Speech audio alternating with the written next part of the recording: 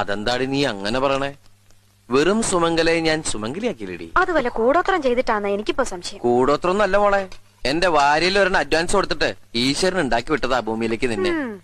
മംഗല്യപ്പൊരുത്ത് 1 2 അല്ല 9 ആ പിന്നെ ഈ ആഴ്ച നിനക്ക് നല്ലതാ, എനിക്കത്ര പോരാ. വരുമാനം കൊണ്ട് ചെലവ് നടക്കും, നല്ല കാലത്ത് ഗുണം ചെയ്യും, സ്വിച്ച് ഇട്ടാ ലൈറ്റ് കത്തും എന്നൊക്കെയല്ലേ. കളിയാക്കലൊക്കെ പിന്നെ. ഇന്നേ വരുന്ന ദിവസാ.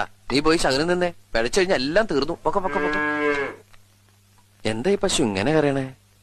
കഴിഞ്ഞ ആഴ്ച ഏലസ് പണിക്കരെ കൊണ്ട് മന്ത്രിച്ച് കെട്ടിച്ചാണല്ലോ.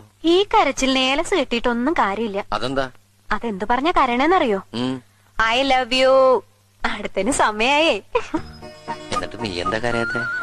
ഞാൻ കരയണൊക്കെ ഉണ്ട്, പക്ഷെ നമ്മുടെ കരച്ചിൽ കേൾക്കേണ്ട ആള് കട്ടില് കണ്ടാ പിന്നെ നബീസ പറഞ്ഞ പോലെ ഹള്ളാ പടച്ചോനേന്ന് പറഞ്ഞ് കൂർക്കം വലിച്ച് ഒറ്റ കിടപ്പല്ലേ. എന്നാ അങ്ങനെ കിടക്കുമ്പോ ഈ പശുവിനെ പറഞ്ഞൂടെ ഉറങ്ങണ്ട?